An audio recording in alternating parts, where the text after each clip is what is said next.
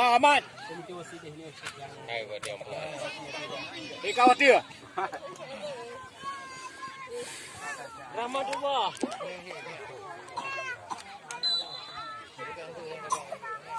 Ya, Ika sap. Sejajar deh. Bagian anak Black Bear kuasai.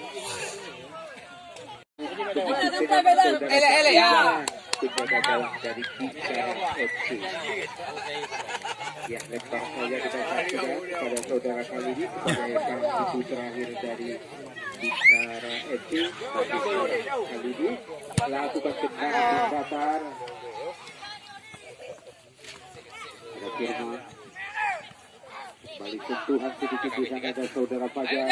Masih saja kuasai luar biasa umpan Fajar. Lihat kembali Pak wasit pergantian pemain kembali untuk Bicara FC. Yanis nomor punggung 2 keluar masuk Dedi Cheng. Siap saya.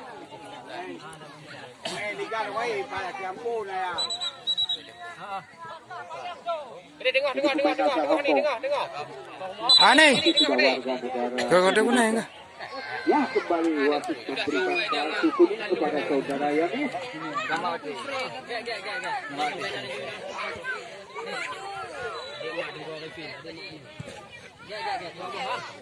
Gawang.